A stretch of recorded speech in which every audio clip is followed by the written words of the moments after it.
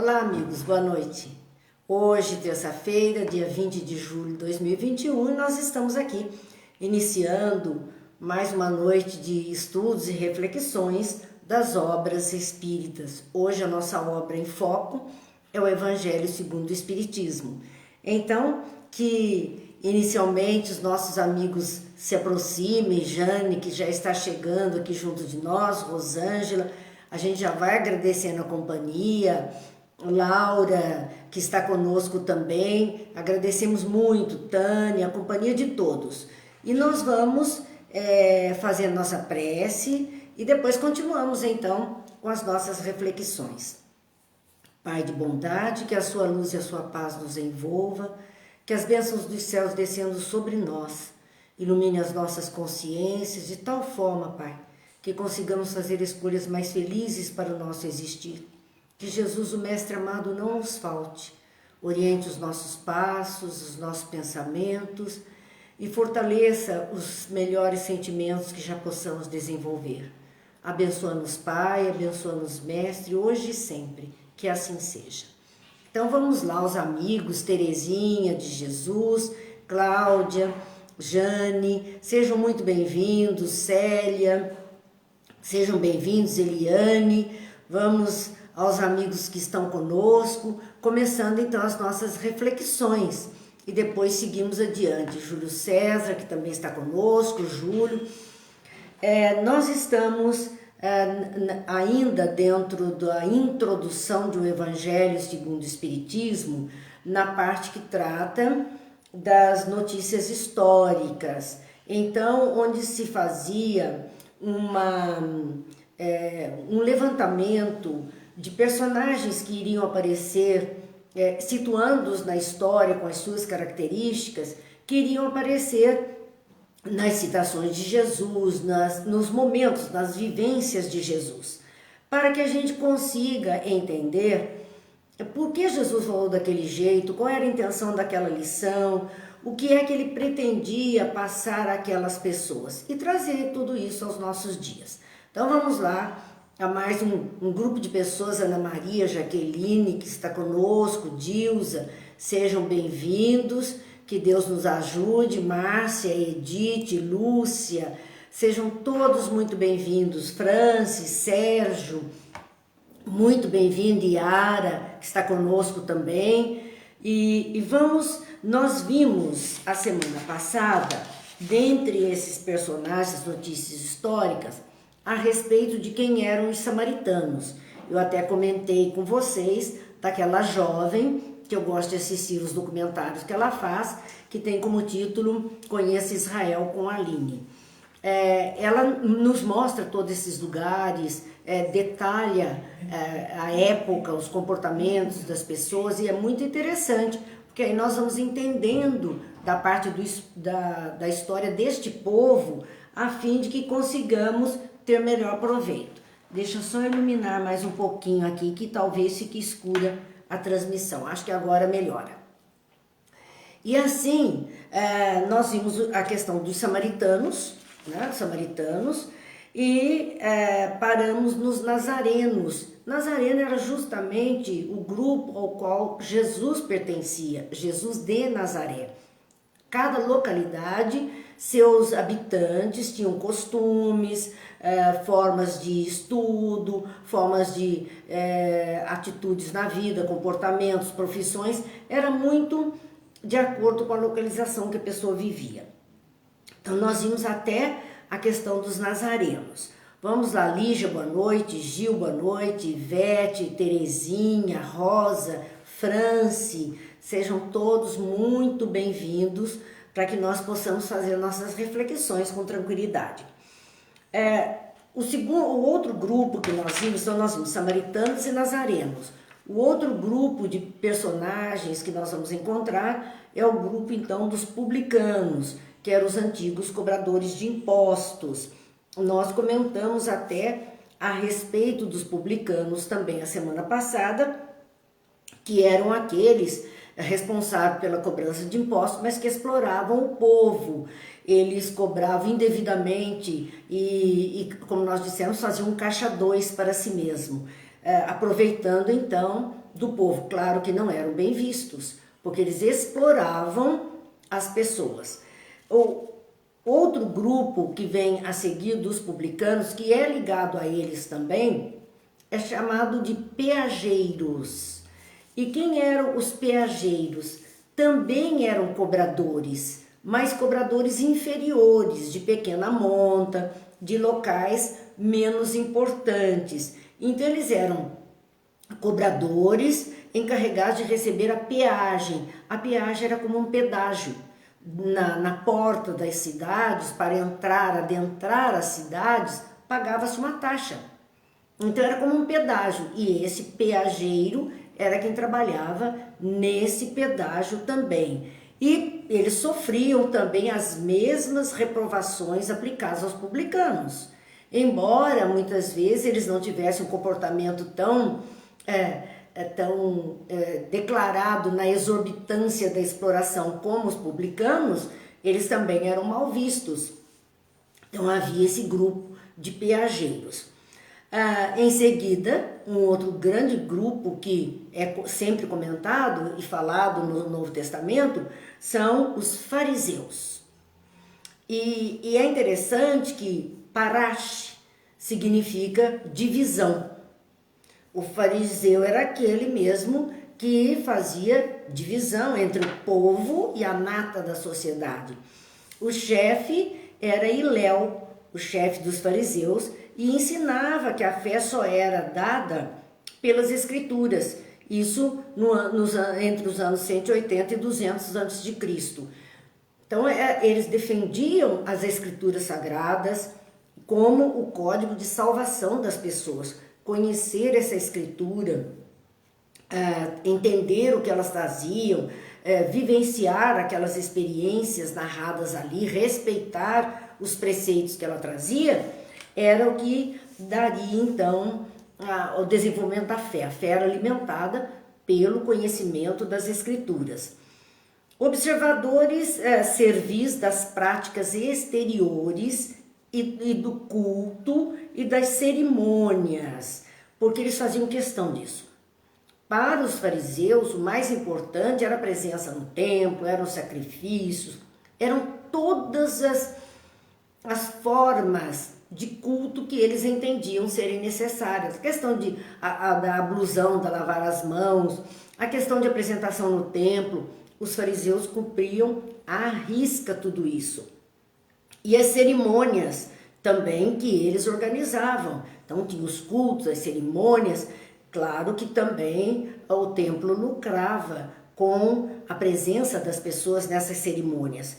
Eram tomados de ardoroso proselitismo, quer dizer, eles queriam convencer a tudo e a todos da verdade que eles traziam como uma revelação própria.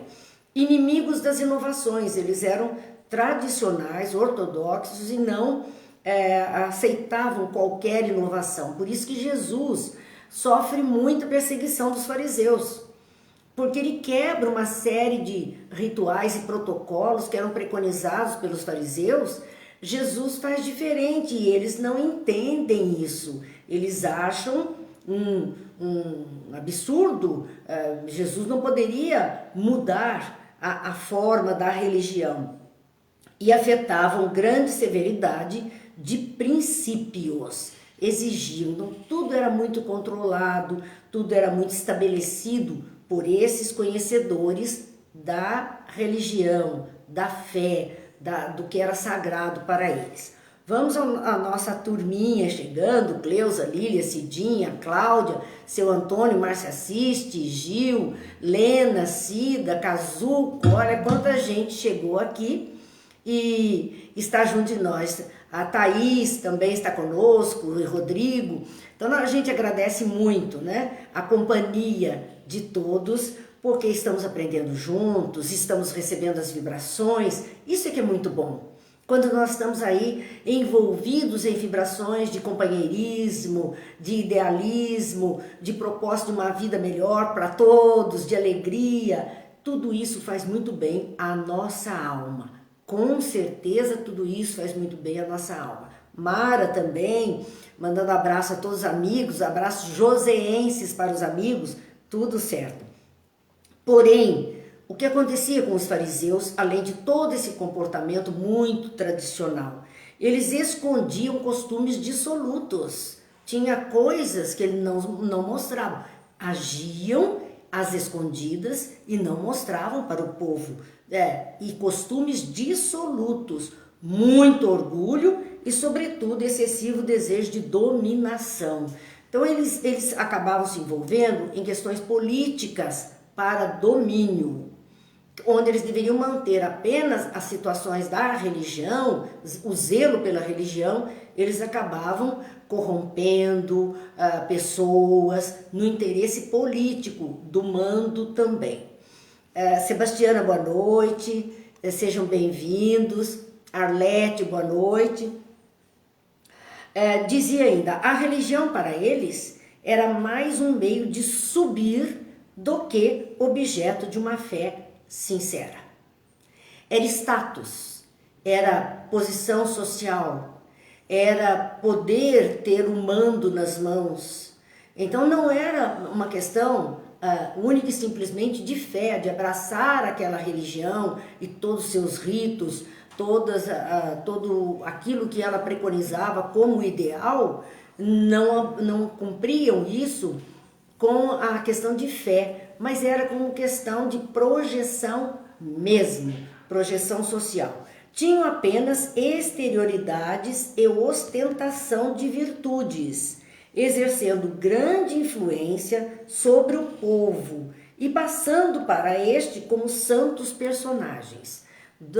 Quem vê cara não vê coração, né? Santo do pau oco, são expressões populares para esse tipo de comportamento. E nós vamos ver várias vezes Jesus falando deles. Ele dizia que os fariseus eram como sepulcros caiados por fora, cheios de podridão por dentro. Vasos limpos por fora, cheios de sujidade por dentro. Jesus falou muito desse comportamento dos fariseus, de estarem mostrando alguma coisa, dominando o povo com aparência de santo, cheio de cumprir os compromissos da igreja. Na verdade, haviam outras atitudes nas caladas da noite, nos calabouços dos palácios e do templo, às escondidas do povo, e assim eles iam vencendo todas essas condições.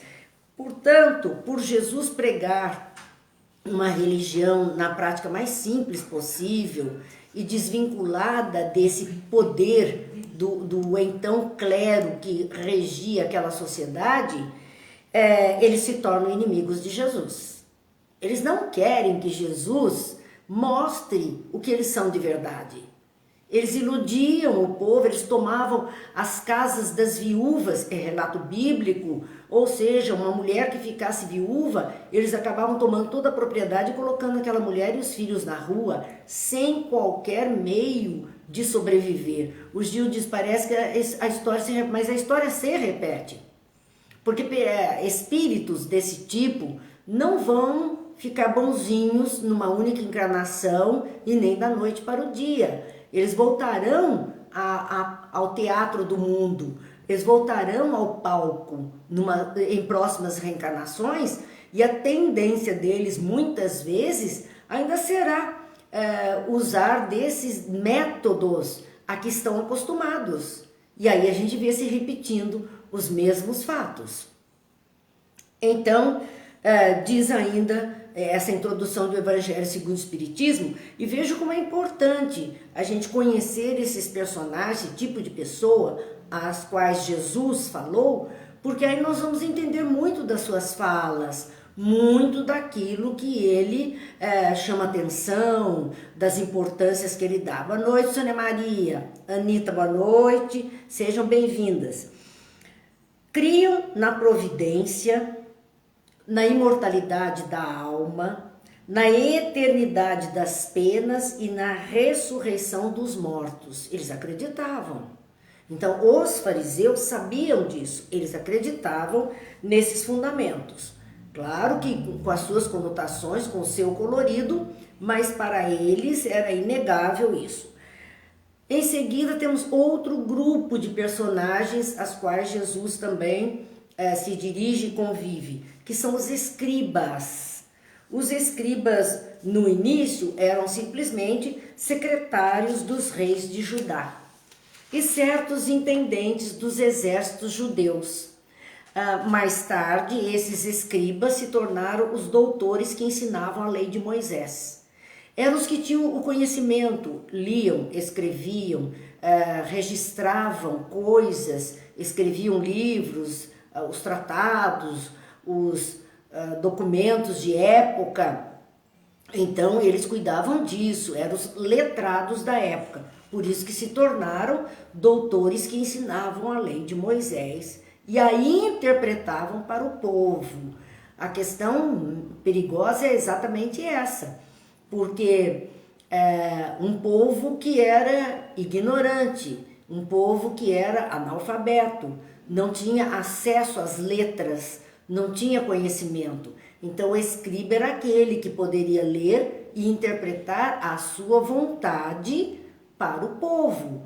Então poderia ser honesto, sim, de fazer a leitura correta e a interpretação correta, mas poderia também ser de má fé e fazer uma leitura torta daquilo, usando para os seus próprios propósitos. Portanto, era um grupo de influência, um grupo de atitudes delicadas dentro do movimento. Participavam dos mesmos princípios que os fariseus, abraçavam as mesmas causas, porque eles viviam junto dos fariseus, tratando das leis, tratando da documentação. É quase um senado que a gente vê acontecendo, né? Junta-se ali para tratar, discutir, etc., e colocar o que lhe convém ou não convém. Então nós vemos nas câmaras políticas, sejam de nível municipal, estadual ou federal, nas várias câmaras, esse colegiado, esse grupo de pessoas que assim procede e interpreta a lei aos seus olhos, passando à população verdades ou inverdades conforme o seu interesse. Então eles participavam dos mesmos princípios que os fariseus e também tinham aversão a inovações. É claro que não queriam mudança, porque eles dominavam aquilo que eles tinham para apresentar, para convencer os outros. O discurso estava pronto. Imagine se eles queriam alguma mudança, alguma leitura diferente da interpretação daquele texto. Não iam querer.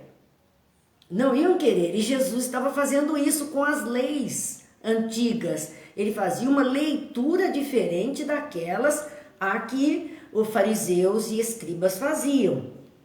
Ele ampliava, ele estendia isso além do limite da religião, mas levava isso para o dia a dia do existir. E eles não gostavam, libertando pessoas de determinados compromissos, determinados ensinos. E também, então, eles não queriam essas inovações. Razão porque sofrem reprovação de Jesus. Jesus chama a atenção desses dois grupos porque eles manipulavam as consciências humanas de época. Depois nós vamos ver ainda dentro desses relatos históricos a sinagoga, porque em vários momentos fala que Jesus foi até a sinagoga, porque na sinagoga estava acontecendo isso ou aquilo, e muitas pessoas não têm bem a ideia do que era a época de Jesus. Então, do grego, essa palavra significa sinagogue, e que é congregação. Então, é onde se reuniam os congregados daquela proposta, ali na sinagoga, para discutir os seus ensinos. Templo só em Jerusalém e o templo de Salomão é que existiu. Nas demais cidades só haviam sinagogas, que eram esses centros, vamos dizer, centros de estudo, centros de discussão, de aprendizado. Hoje nós poderíamos falar de congressistas de um assunto, mas os templos só mesmo em Jerusalém que iria encontrar o templo de Salomão. No mais, eram sinagogas, edifícios em que os judeus se reuniam aos sábados. Então havia um dia certo para abrir aquele local público, para fazerem suas preces públicas, sob a direção dos anciãos, dos escribas e doutores da lei.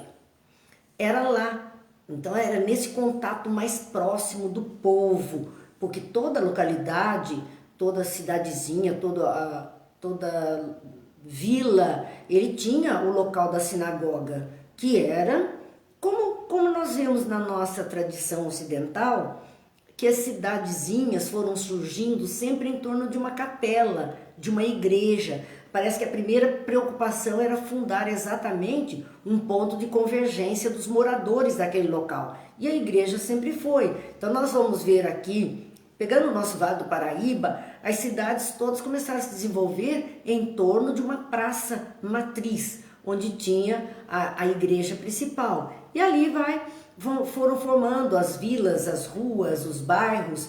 Então a sinagoga tem a mesma função. Então fazia-se a sinagoga e em torno dela a comunidade que haveria de se encontrar nela para realizar ali suas preces públicas, como as missas, como os cultos de todas as mais diferentes religiões, um dia específico para aquele culto que os adeptos vão se encontrar. Assim eram as sinagogas. Só que quem estava lá para dirigir esse culto eram os doutores da lei, eram os escribas, eram os fariseus e eram os anciãos, quer dizer, os mais antigos daquela comunidade, que tinham mais experiência, mais vivência, dominavam mais as normas da fé. E eles poderiam passar, porque, veja, não era uma tradição escrita, era uma tradição oral. As pessoas não liam, as pessoas não tinham livros em suas mãos para ler. Eram poucos os que sabiam ler. Então a tradição era oral, era passada oralmente o ensino de um para outro. Por isso eles tinham um poder muito grande sobre a comunidade. Ali se faziam também leitura dos livros sagrados, seguidas de comentários e explicações, como nós estamos fazendo. Pegamos um texto para comentar, para explicar, e cada um que estava ali presente poderia participar. Naquele momento das discussões sobre um tema que estava sendo exposto, não era só aquele doutor da lei quem falava. Ele lia, ele explanava, mas abria ao público para que um ou outro também, ou alguém que quisesse levar um outro ensino, um outro conhecimento dentro das escrituras, evidente, mas que ele quisesse enaltecer, ele tinha o direito de participar. Foi por isso que Jesus também falou na sinagoga. Eles não podiam negar a ele esse direito de falar aos doutores da lei e ao povo ao mesmo tempo. Então, este era o ambiente de expressão religiosa da época de Jesus. Aí nós vamos ver mais povos que compunham todo este povo do início desse judaísmo e, posteriormente, o cristianismo com bases judaicas. Os saduceus. Quem eram os saduceus? Era uma seita judia de 248 anos antes de Cristo. Então era um grupo, os judezentinhos palpitosos como eu. Mas é isso mesmo, nós temos o direito de darmos o nosso palpite sobre aquele ponto de vista. O outro pode até não concordar, mas nós temos o direito de trazer à pauta algumas coisas. Então, a mesma coisa acontecia na sinagoga, né? E assim na casa espírita, nas nossas noites de estudo. Tem aqueles que gostam de contribuir, não é palpite, hein, Gil? É contribuição, enriquece o encontro. Aqui, então, os saduceus tinham essa seita que surgiu 248 anos antes de Cristo, fundada por Sadoc, daí o nome saduceu, vem da expressão Sadoc, que eles não acreditavam, olha, diferente lá dos fariseus, hein? Eles não acreditavam na imortalidade da alma. Começavam aí divergências de entendimento, vamos dizer, da filosofia da transcendência. Então eles não acreditavam na imortalidade da alma, nem na ressurreição dos mortos. Os saduceus não acreditavam, o grupo de Sadoc não aceitava a ideia.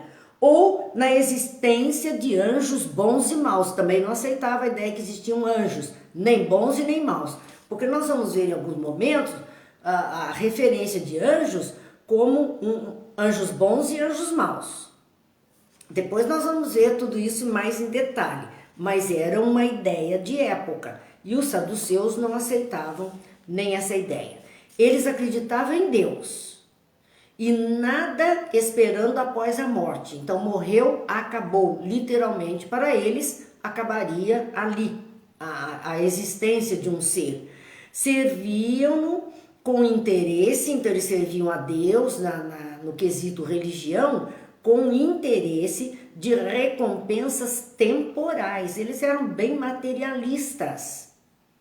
Eles faziam a parte com Deus, com a religião, colaborando com isso, mas a colaboração deles era no sentido de que fossem abençoados materialmente falando, que a vida lhe fosse farta, que ele tivesse muitos bens, muitas propriedades, sucesso financeiro. Era isso que os saduceus imaginavam para si. Então, essas recompensas temporais, quer dizer, referentes à vida material.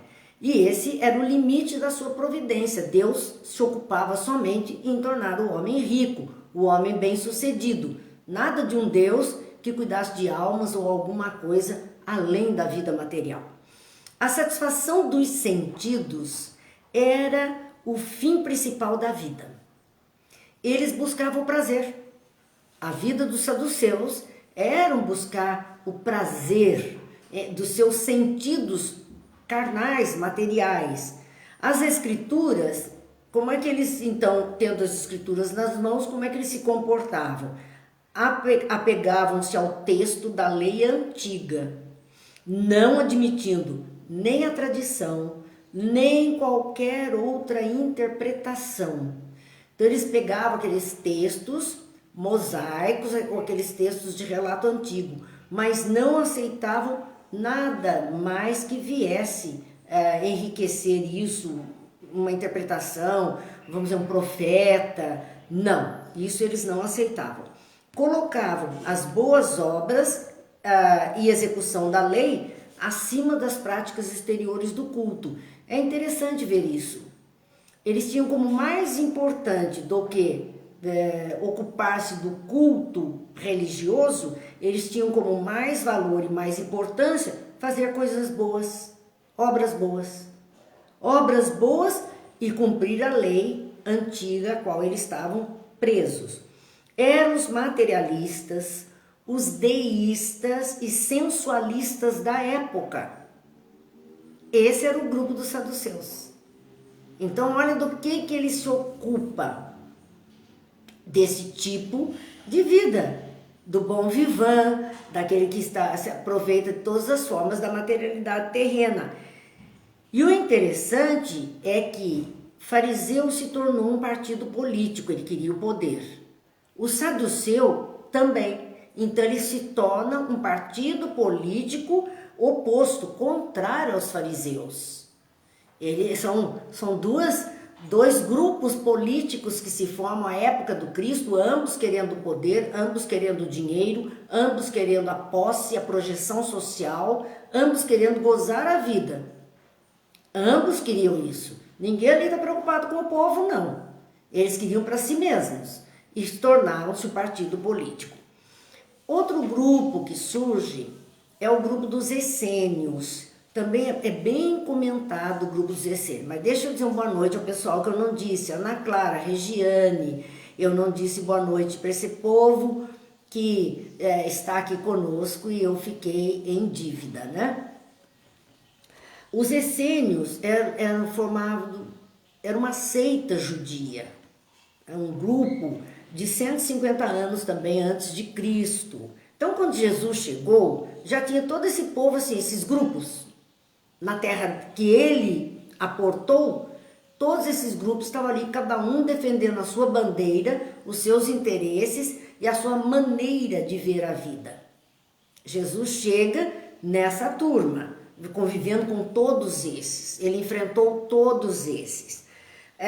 Eles então surgem no tempo de Macabeus. E os seus membros moravam em edifícios semelhantes a mosteiros, cavernas mesmo. Então existe ao norte de Israel ainda cavernas dos essênios. Eles moravam nas montanhas, nas cavernas, isolados. Formavam uma espécie de associação moral e religiosa. Eles eram essencialmente religiosos. E um código de moral muito rígido. Então eram pessoas de expressão religiosa, muito respeito à lei, um código de moral impecável, de costumes suaves e virtudes austeras. Eram pessoas brandas, delicadas, não tinham disposição para a luta, para a guerra, e eram pessoas austeras, simples, pessoas retas. Muitas conversas nós já ouvimos de dizerem que Jesus foi aprender alguma coisa com os essênios naquele período em que não sabemos da sua vida, dos 13 aos 33 anos. Dizem que ele foi então a aprender com os essênios. Dizer que Jesus foi aprender com os essênios é dizer que ele não era o governador planetário, não era o maior espírito que a Terra conheceu. Dizer até que ele poderia ter ido conviver com os essênios e ensinar muita coisa aos essênios é outra história. Seria até possível. Se fosse verdade, seria até possível. Mas aprender, não. Ele já estava pronto. Nós não podemos nos esquecer que todos os demais na face da Terra estão em processos de reencarnação constantes. Jesus não. Ele se encarnou uma vez para estar conosco. É um espírito que já venceu todo o aprendizado que a Terra pudesse oferecer. Ele é o mestre. Então, como podemos dizer que ele foi aprender alguma coisa com alguém aqui? Não, aqui não. Aqui ele é mestre. Portanto, embora os essênios e Jesus tinha um vínculo muito forte, sim, com os essênios. Maria tem um vínculo forte, a família dela com os essênios, e o respeito por esse grupo de pessoas, pelos quesitos religiosos e morais que eles carregavam, além de serem praticantes de cura através da fitoterapia, através do magnetismo da época.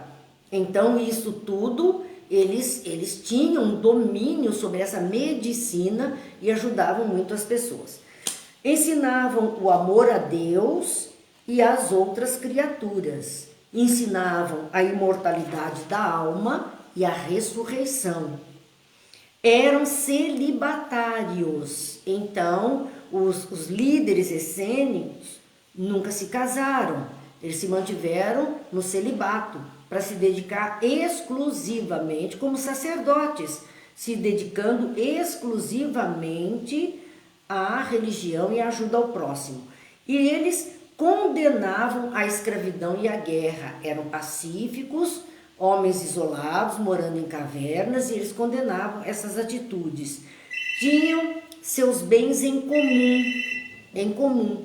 Não havia uma propriedade particular de cada um. E dedicavam-se à agricultura, viviam disso. A vida simples, eles poderiam viver simplesmente disso.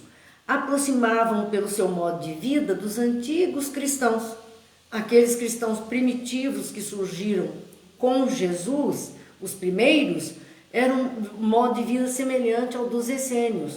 Por isso fazerem esse link de Jesus com os essênios, porque era uma vida simples. Em seguida, nós vamos ver um grupo muito especial chamado terapeutas. Hoje essa palavra é tão usada, a gente vê cartõezinhos, outdoor até, propagandas, terapeutas. Né? Quem são os terapeutas?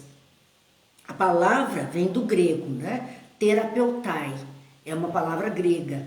E o que ela significa? Servir, curar. Então, os terapeutas eram pessoas dispostas a servir aos outros e a curar os outros. A vida deles se resumia em atender pessoas. Eram sectários, judeus contemporâneos do Cristo.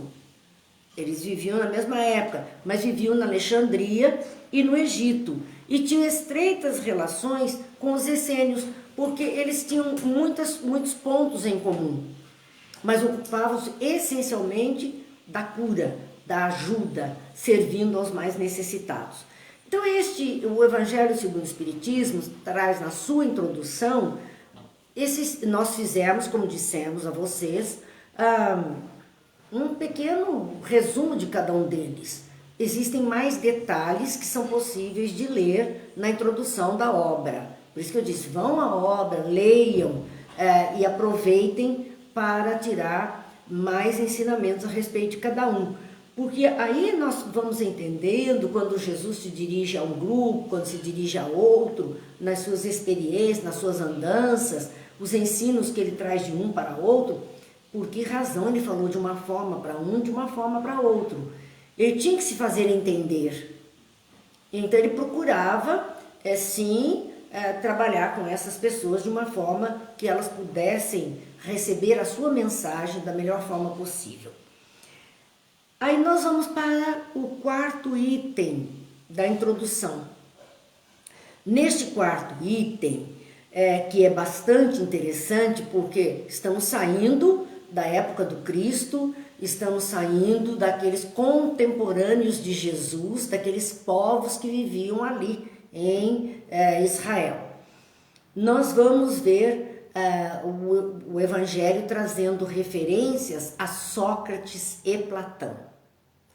Então vamos lá para a Grécia, e muito antes de Jesus. Antes mesmo de muitos desses essênios, fariseus, antes deles. Qual a importância de Sócrates e Platão, filósofos, para a doutrina espírita, para a doutrina do Cristo? O que tem isso a ver com a religião? São filósofos precursores da doutrina cristã. A doutrina que Jesus trouxe com tantos detalhes, Sócrates e Platão já traziam anteriormente, embora não com tantos detalhes nem testemunhos como Jesus. Mas eles prepararam já a humanidade, através dos seus conceitos de filosofia, eles já prepararam a humanidade, pelo menos aquela mais conhecedora, mais desenvolvida intelectualmente, para a mensagem que viria depois. É sempre assim. É sempre assim. Uma verdade revelada, ela não é o todo, ela é parcela. Mas ela prepara para o próximo passo, para ampliar e aprofundar um próximo passo. Uma é necessária à outra.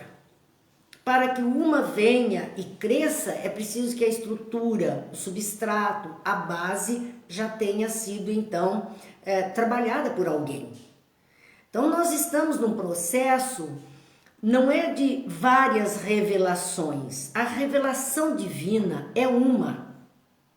Mas, em vários momentos, parte dessa revelação vem sendo mostrada à humanidade, por filósofos, por religiosos, por estudiosos, por cientistas, enfim, pela ala intelectual da humanidade, vem trazendo esse conhecimento, ampliando o conhecimento a cada passo. Nada pode ser descartado do que já foi dito, porque tudo é base. Então não podemos descartar, mas podemos ampliar, como Jesus sempre disse que ele estaria ali, respeitando todas as referências anteriores, mas acrescentando coisas para nós, para que nós pudéssemos aprender. Então, Sócrates e Platão são dois filósofos da Grécia que são precursores da doutrina espírita. E narra Kardec, nessa introdução do Evangelho, que Jesus deveria conhecer a seita dos essênios. Sim, ele pegou lá, ele conheceu, porém não bebeu nesta seita a sua doutrina. Kardec deixa isso tão claro no início da introdução do Evangelho, que a gente não pode mais ter dúvidas quando alguém quer colocar Jesus aprendendo lá. Olha o que ele está dizendo. Ele deve ter conhecido a seita dos essênios, eram contemporâneos dele, mas não bebeu desta seita a sua doutrina. Não se devem aos essênios a doutrina do Cristo. A doutrina estava com ele. As grandes ideias não aparecem de súbito. Contam com precursores que lhe preparam o caminho. Nós vamos ver Jesus citando ali no Novo Testamento, sempre assim, falas que nós vamos ver está lá, já narrada, ou no Pentateuco mosaico, ou na revelação dos profetas antigos, dos reis, dos salmos. Então Jesus está usando no momento atual dele referências do conhecimento passado daquele povo. E é assim que as doutrinas vão crescendo, as ideias não surgem de repente, elas vêm vindo e vão se ampliando. Então elas vão contando com precursores, pessoas que vêm antes anunciando, falando. Por isso que no Novo Testamento nós vamos ver João Batista como precursor de Jesus. Ele antecede Jesus. João Batista, ele vem anunciando. A voz que clama do deserto, ele virá, e eu não sirvo nem para amarrar as suas sandálias. Ele está dizendo, ele é muito maior, eu vos batizo com água, ele vos batizará com fogo. Então ele fala das novidades que Jesus vai trazer. Ele é um precursor do Cristo. E assim, um vai preparando o caminho para o outro, preparando as mentes. Não aquele que vem trazendo a novidade, aquele está pronto. Mas as mentes que vão receber a novidade, elas vão ser preparadas para aquela novidade. No tempo certo, Deus envia um homem com a missão de resumir, coordenar e completar os elementos esparsos, formando um corpo de doutrina. Então, quando nós usamos a expressão doutrina, por exemplo, doutrina espírita, nós estamos falando de fundamentos do espiritismo, de bases dos seus ensinos, das suas reflexões, daquilo que é tido como o sustentáculo do espiritismo. A doutrina é esse corpo de ensinamentos. Se nós começarmos a tirar coisas desse corpo de ensinamentos, ou acrescentar coisas que não fazem parte desse corpo de ensinamentos, nós teremos qualquer outra coisa menos espiritismo. Porque o espiritismo tem um corpo, uma doutrina, um corpo de fundamentos. Se tiramos, deixa de ser. Se acrescentamos muitas novidades, deixa de ser também e passará a ser outra coisa, com outro nome, outra denominação que assim deseje. Então, a função do precursor é essa, resumir elementos, ensinamentos para os que estão ali, coordenar, organizar para que aquele ensinamento seja compreensível e completar os elementos esparsos, porque às vezes as coisas estão muito soltas, esparramadas, então vem aquele que organiza. Quando nós dizemos codificador do espiritismo, Allan Kardec, codificador, o trabalho dele foi esse.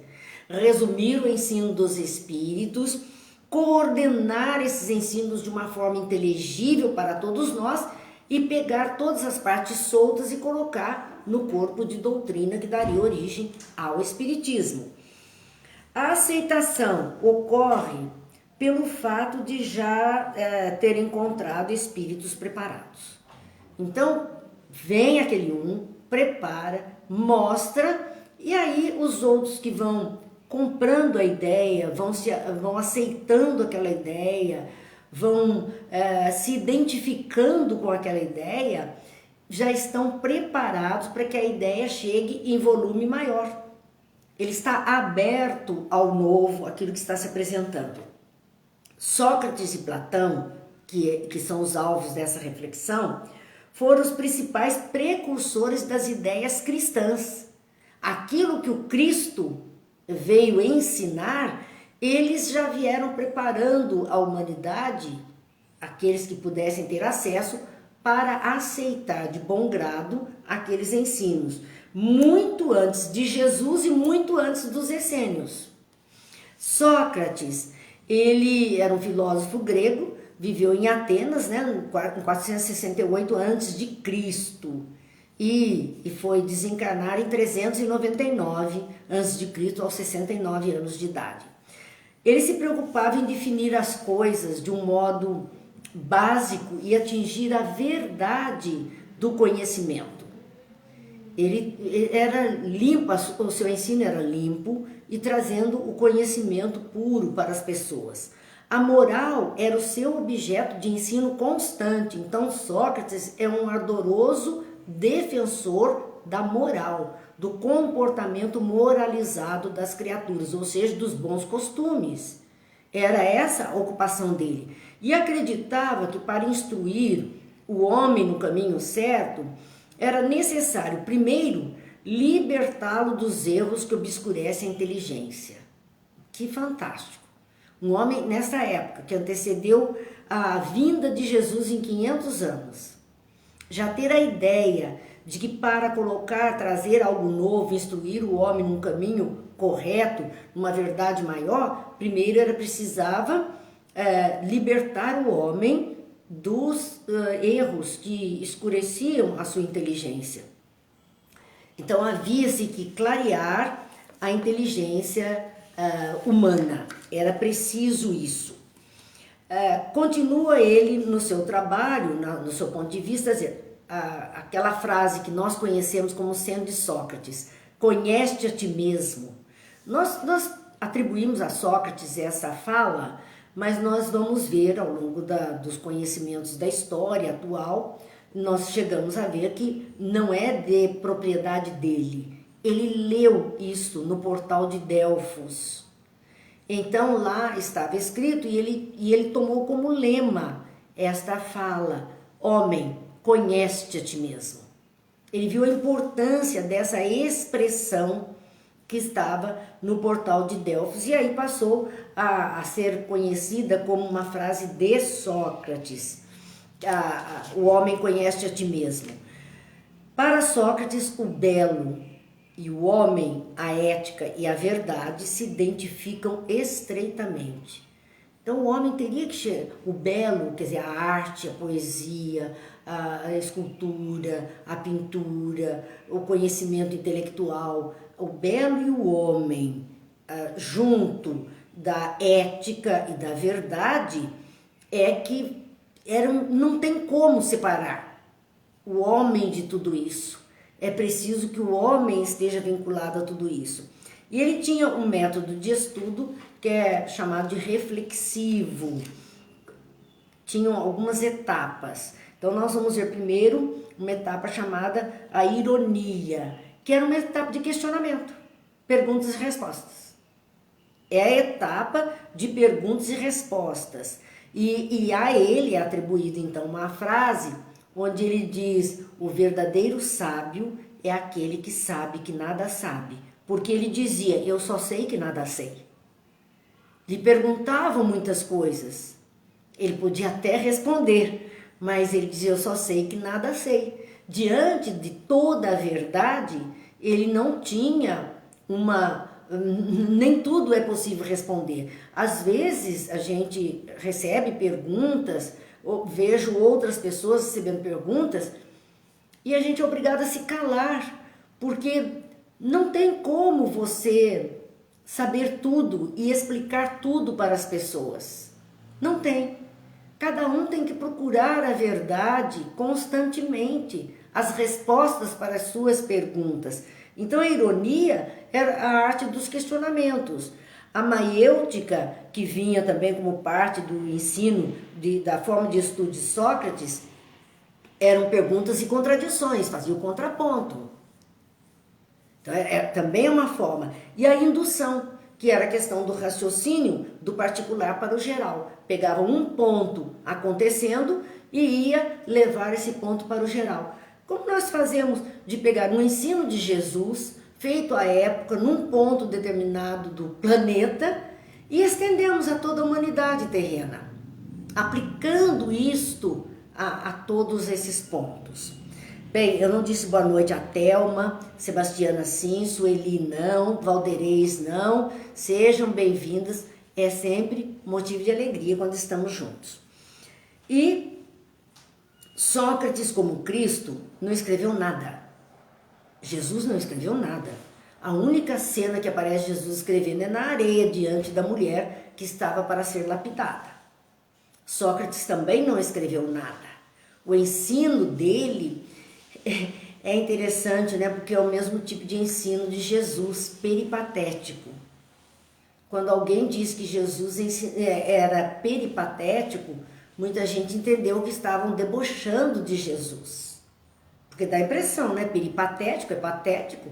A gente tem a impressão que sim, mas não. É ensino pela periferia, andando.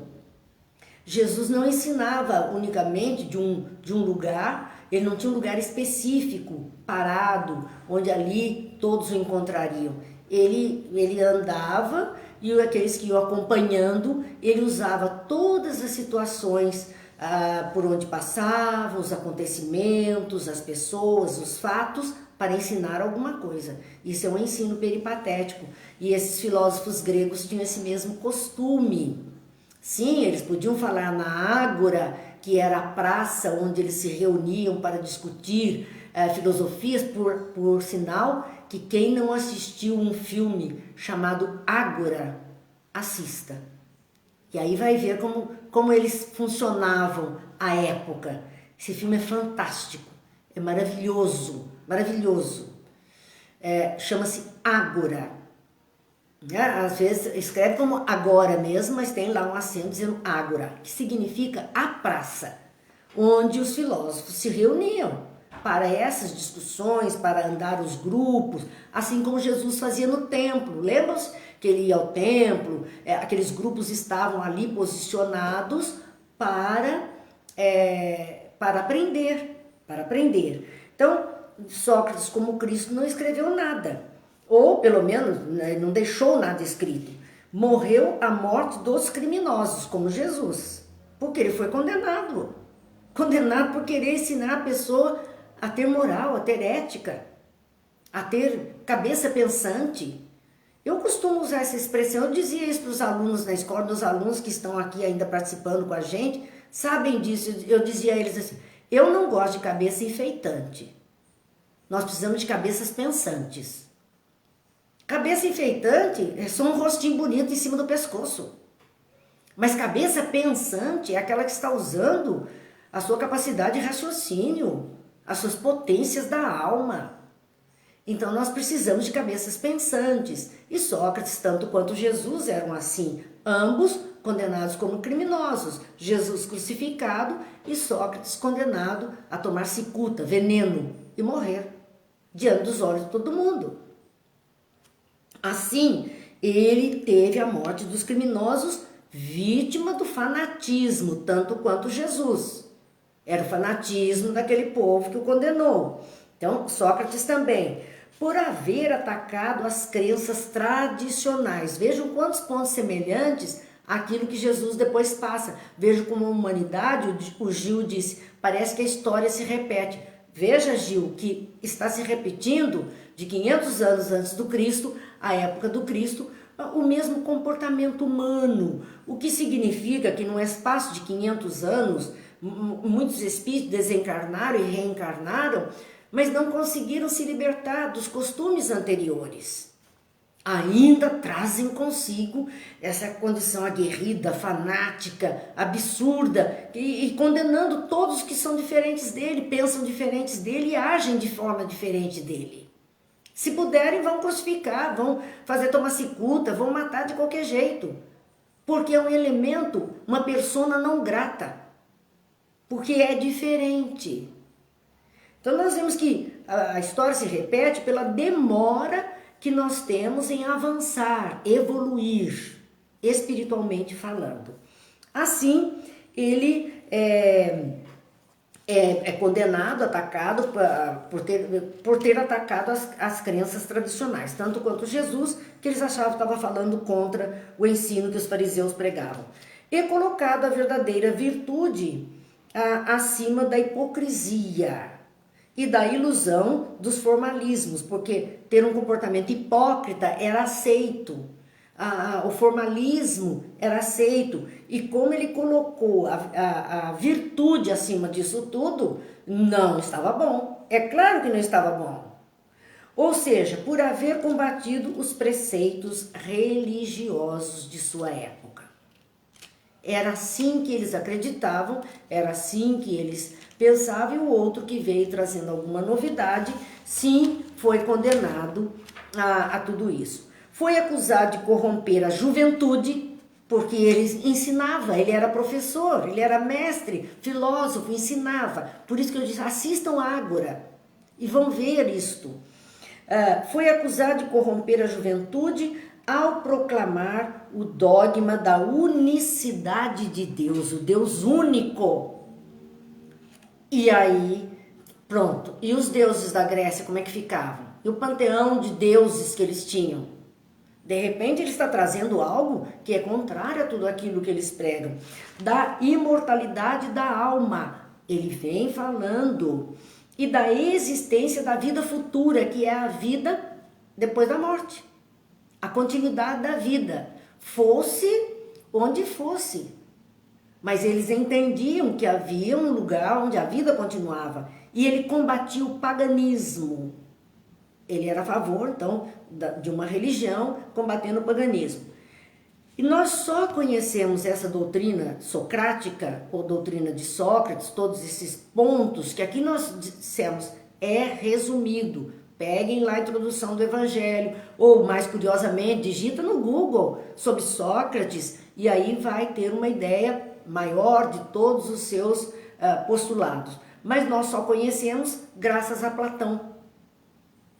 Graças a Platão, que foi seu discípulo e tornou-se também um filósofo grego e professor de Aristóteles, que muito de nós conheceu, vinculado lá à matemática, mostrando esse universo de uma forma extremamente racional. Gente, isso nos encanta, a mim me encanta muito.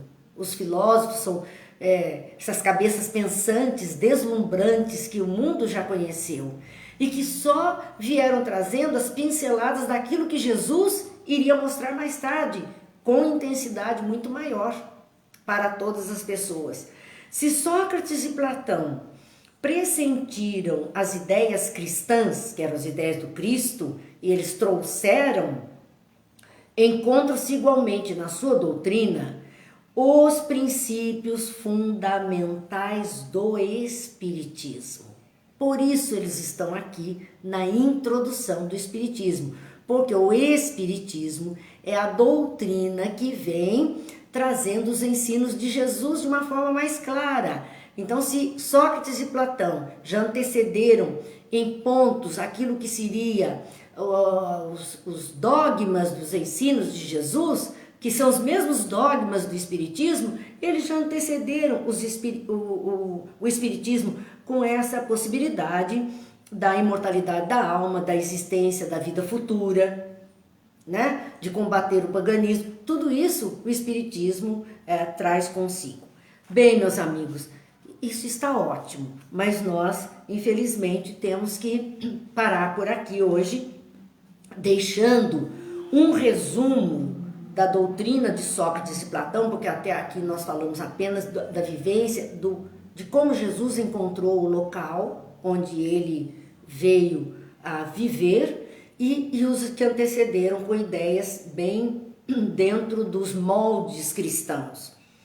A doutrina de Sócrates e Platão, Kardec separou 21 pontos importantes dessa doutrina nessa introdução do Evangelho segundo o Espiritismo, e nós vamos continuar, se Deus quiser, a semana que vem, agora vendo esse resumo da doutrina. Kardec coloca resumo da doutrina de Sócrates e Platão.